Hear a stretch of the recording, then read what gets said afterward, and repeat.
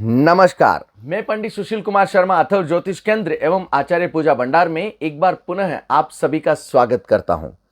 आज का जो हमारा विषय है वह धनु राशि वाले जातकों के ऊपर है।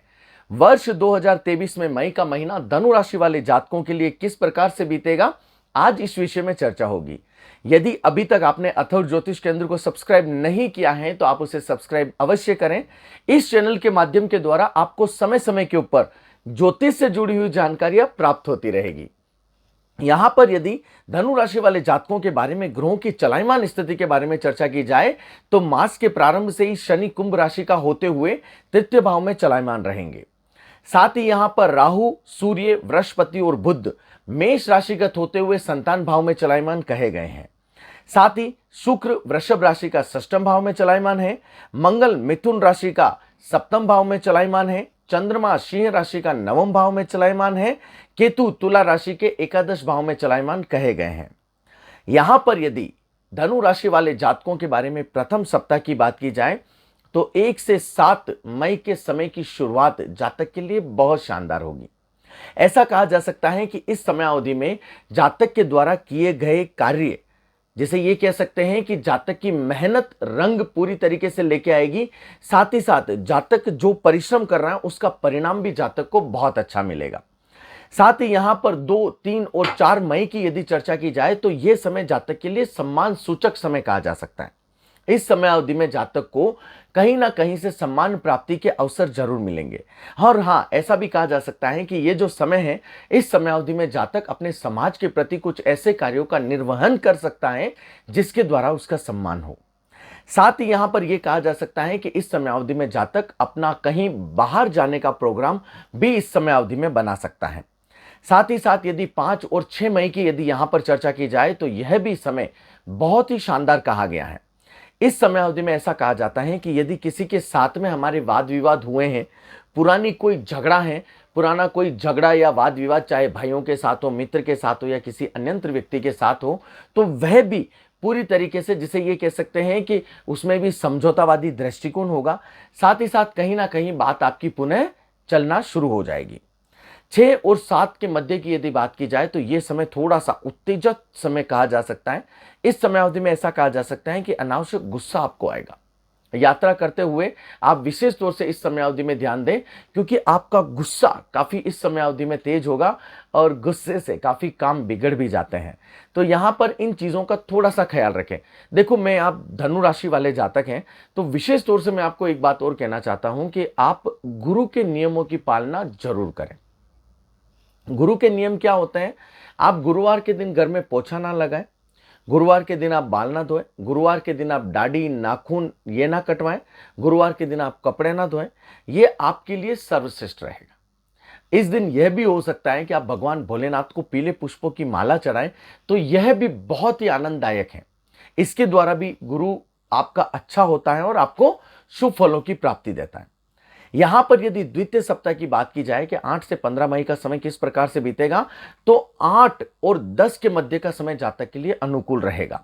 यहां पर यह हो सकता है कि जातक को थोड़ी बहुत चिंता के साथ में कार्य हो, परंतु ज्यादा परेशानी जातक को इस समय अवधि में नहीं आएगी। यहां पर जातक अपना पूरा ध्यान व्यापार की तरफ फोकस करेगा। जातक कुछ नई योजनाएं भी इस समय अवधि में लगा सकता है, वह भी काफी लाभकारक रहेगी। 11 और 12 मई की यदि बात की जाए तो इस समय अवधि में जातक को प्रबल व्यापारिक उन्नति के अवसर जातक को प्राप्त होंगे। जो जातक जातिकाएं जो नौकरी पेशा कर रहे हैं, चाहे प्राइवेट हो या गवर्नमेंट हो, वहां पर भी उनको भी पदोन्नति के परम अवसर इस समय अवधि में प्राप्त होने के आसार रहेंगे। साथ ही यहां पर काम में जातक काफी है ना, जो जिसे ये कह सकते हैं कि उलझे रह सकते हैं। कहीं ना कहीं से छोटी मोटी परेशानी आएगी, लेकिन येन केन प्रकारेण जातक अपनी चतुराई के द्वारा उस कार्य को पूरी तरीके से कर लेगा। साथ ही यहां पर यह कह सकते हैं कि इस समय अवधि में जातक के द्वारा जो भी कार्य किए जा रहे हैं उनके परिणाम जातक को बहुत ही शानदार मिलेंगे। साथ ही यदि 13 और 14 की यदि बात की जाए तो इसे धन सूचक समय कहा जाता है। धन सूचक समय क्या होता है?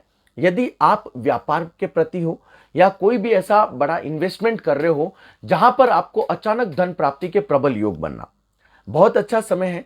साथ ही यह भी कहा जाता है कि जो अटका हुआ पैसा आता है कि भाई कहीं से पैसा अटका हुआ है तो इस समय अवधि में पैसे आने के आसार भी बहुत अच्छे बनते हैं। ये समय आपका है भैया, अच्छी तरीके से यूटिलाइज करें। यहां पर एक बात और हो सकती है कि ये जो समय है ये आप अपने परिवार को भी देंगे। कई बार कहते हैं ना, कह रहे कई बार हो गया मैं परिवार के साथ नहीं बैठ पा रहा हूं, लेकिन ये समय है आप कुछ समय अपने परिवार के साथ भी बिताएंगे तो थोड़ा सा जो स्ट्रेस होता है वो काफी कम होगा। 15 की शाम को यदि कहा जाए तो थोड़ा सा आलस्य वाला वातावरण रह सकता है और ना चाहते हुए भी काम के प्रति आपकी इच्छाएं नहीं बनेगी।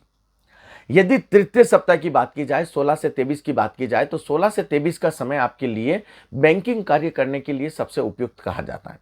इस समय अवधि में आप जो भी आपके, चाहे आप लोन लेना चाहते हैं, कुछ करना चाहते हैं, तो आप इस समय अवधि में आप अप्लाई करें। ईश्वर की कृपा से आपके द्वारा किए गए कार्यों में आपको सफलता की प्राप्ति जरूर होगी। साथ ही यदि 17 और 18 19 की बात की जाए तो ये ऐसा कहा जा सकता है कि आर्थिक मामले इस समय अवधि में आपको काफी सोच समझ कर लेने, जल्दबाजी में आपको किसी भी प्रकार का कोई भी निर्णय नहीं लेना है। यह आपके लिए बहुत अच्छा रहेगा। हो सके तो आप जिनको भी मानते हैं या जो आपके बड़े बुजुर्ग हैं, आप उनकी सलाह ले सकते हैं कि मुझे ये प्रॉपर्टी या फिर ये मकान या फिर इस व्यापार में मुझे इन्वेस्टमेंट करना है। वह आपको बहुत ही अच्छी राय देंगे और बिना राय के आपको इस समय अवधि में कोई भी कार्य नहीं करना है। यहां पर यह भी कहा जा सकता है कि जो जातक जातिकाएं प्रतियोगिता परीक्षाओं में दे रहे हैं तो उनमें उनको सफलता प्राप्ति के योग इस समय अवधि में बहुत अच्छे बनेंगे। ठीक है ना भैया, मेहनत कर लो, काफी अच्छे परिणाम आपको मिलने वाले हैं। 20 और 21 की यदि बात की जाए तो यह सुख और संपत्तिदायक समय कहा जाता है। इस समय अवधि में आप अपने दैनिक जीवन में कुछ बदलाव जरूर महसूस करेंगे। यहां पर कुछ चिंताएं संतान के प्रति हो सकती हैं, चाहे विवाह के प्रति हो, चाहे व्यापार के प्रति हो, चाहे और किसी कारण के प्रति हो, लेकिन आप संतान के प्रति चिंताओं से थोड़े ग्रसित आप जरूर हो सकते हैं। इस समय अवधि में 22 और 23 के समय की बात की जाए तो शांतिदायक समय कहा जाता है। इस समय अवधि में आप थोड़ा सा रिलैक्स फील करेंगे, लेकिन इस समय अवधि में आपके द्वारा जो निर्णय लिए जाएंगे, जो आप कार्य के प्रति जो आप निर्णय लेंगे, उसके परिणाम आपको दीर्घकालीन सुखद परिणाम मिलेंगे। तो बहुत ही अच्छा है, गुरु की प्रबल कृपा है, तो ये आप जरूर कर सकते हैं। यदि 24 से 31 मई की यदि बात की जाए तो 24 से 26 मध्य का समय काफी घातक है। इस तृतीय सप्ताह की बात करूं तो ये आपके लिए काफी थोड़ा सा चिंताजनक समय है। तो ज्यादा जल्दबाजी में आप कार्य ना करें, क्रोध के ऊपर विशेष तौर से नियंत्रण रखें और जहां तक हो सके धैर्य बनाएं। धैर्य बना के चलना आपके लिए बहुत अच्छा रहेगा, क्योंकि इस समय अवधि में जो आपके 24 से 26 के मध्य का समय है, आपका किसी ना किसी के साथ में वाद विवाद होगा, फिर उसके उपरांत आपका वो प्रबल शत्रु बनेगा और कहीं ना कहीं वो आपको नुकसान पहुंचाने की चेष्टा जरूर करेगा। तो थोड़ा सा बच के रहिएगा, ये आपके लिए बहुत ही अच्छा रहेगा। हाँ, इस समय अवधि में यदि आपका साथ किसी के साथ में वाद विवाद हो जाता है या फिर आप अपने बॉस के साथ में लड़ते हैं या और कहीं पे भी हो, तो मेरा ये मानना है कि थोड़ा सा आप थोड़ा सा शांति बरतें, क्योंकि आपकी कुंडली में योग बनते हैं कि कहीं आप कोर्ट केस कचहरी के मामलों में ना फंस जाए। तो इस चीज का विशेष तौर से ध्यान दें। यहां पर आपके कुछ कार्य भी लंबित होंगे। कहते ना, अगर मैंने तो सोच रखा था इस समय अवधि तक मेरे कार्य हो जाएंगे, लेकिन नहीं होंगे। 27, 28 और 29 के समय की बात की जाए तो पुनः सरकारी सूचक समय कहा जाता है। इस समय अवधि में यदि आपके कोई भी, जैसे ये कह सकते हैं कि आपका बड़े टाइम तक आपकी कोई फाइल अटकी हुई है, तो वह ईश्वर की कृपा से इस समय अवधि में आपके सिग्नेचर होकर आपके हाथों में जरूर आ जाएगी। संपत्ति के संबंधित आपके जो भी प्रयास हैं वह काफी सार्थक होंगे। नौकरी के संबंधित यदि बात की जाए तो इसमें आपको थोड़ी सी गंभीरता लेना है, क्योंकि कहीं ना कहीं थोड़े से वाद विवाद इस समय अवधि में आपके हो सकते हैं। लेकिन एक ये चीज कह रहा हूं कि लाख आपका बुरा चाहे, लेकिन ईश्वर आपके सहयोग में है। कहीं ना कहीं, जिसे ये कहते हैं ना कि सामने वाले को तो दबना पड़ेगा ही पड़ेगा, लेकिन फिर भी आप गुरु के संबंधित उपायों के ऊपर विशेष तौर से ध्यान दें, वो आपको आगे चल के लाभ प्राप्ति के परम अवसर भी देगा। 30 और 31 मई की यदि बात की जाए तो लाभ, मान सम्मान और यश में वृद्धि करेगा। आपको इस समय अवधि में लापरवाही बिल्कुल नहीं बरतनी है, क्योंकि यह प्रशंसा सूचक समय भी कहा जाता है। साथ ही साथ आपने जो परिणाम किए हैं या जो कार्य किए हैं उसका प्रतिफल आपको बहुत शानदार मिलेगा। तो कुल मिलाकर कह सकते हैं कि जो धनु राशि वाले जातकों के लिए 3 सप्ताह तो बहुत ही अच्छे हैं। जो अंतिम सप्ताह है उसमें जातक को थोड़ी सी सावधानी बरतनी है। फिर भी जातक भगवान गुरु के नियमों की यदि पालना करता है तो वह उसके लिए बहुत श्रेष्ठ कारक रहेगा। साथ में यदि जो जातक जातिकाएं हैं जिनके विवाह के संबंधित परेशानी आ रही है तो वह क्या करें कि गुरु के संबंधित, क्योंकि विवाह में कारक ग्रह गुरु भी होता है, तो क्या करना है कि गुरु के संबंधित प्रत्येक सोमवार के दिन जो भी आप जल हैं उसके अंदर हल्दी या केसर मिलाएं, फिर उसके बाद में भगवान भोलेनाथ को अर्पित करें। तो इसके द्वारा भी जो विवाह के संबंधित बाधाएं आ रही हैं वह ईश्वर की कृपा से दूर होगी।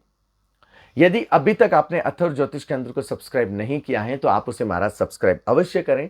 इस चैनल के माध्यम के द्वारा आपको समय समय के ऊपर ज्योतिष से जुड़ी हुई जानकारियां उपलब्ध होती रहेगी। आपका दिन मंगलमय हो। प्रभु श्री राम का आशीर्वाद सदैव बना रहे। जय जय श्री राम, जय जय श्री।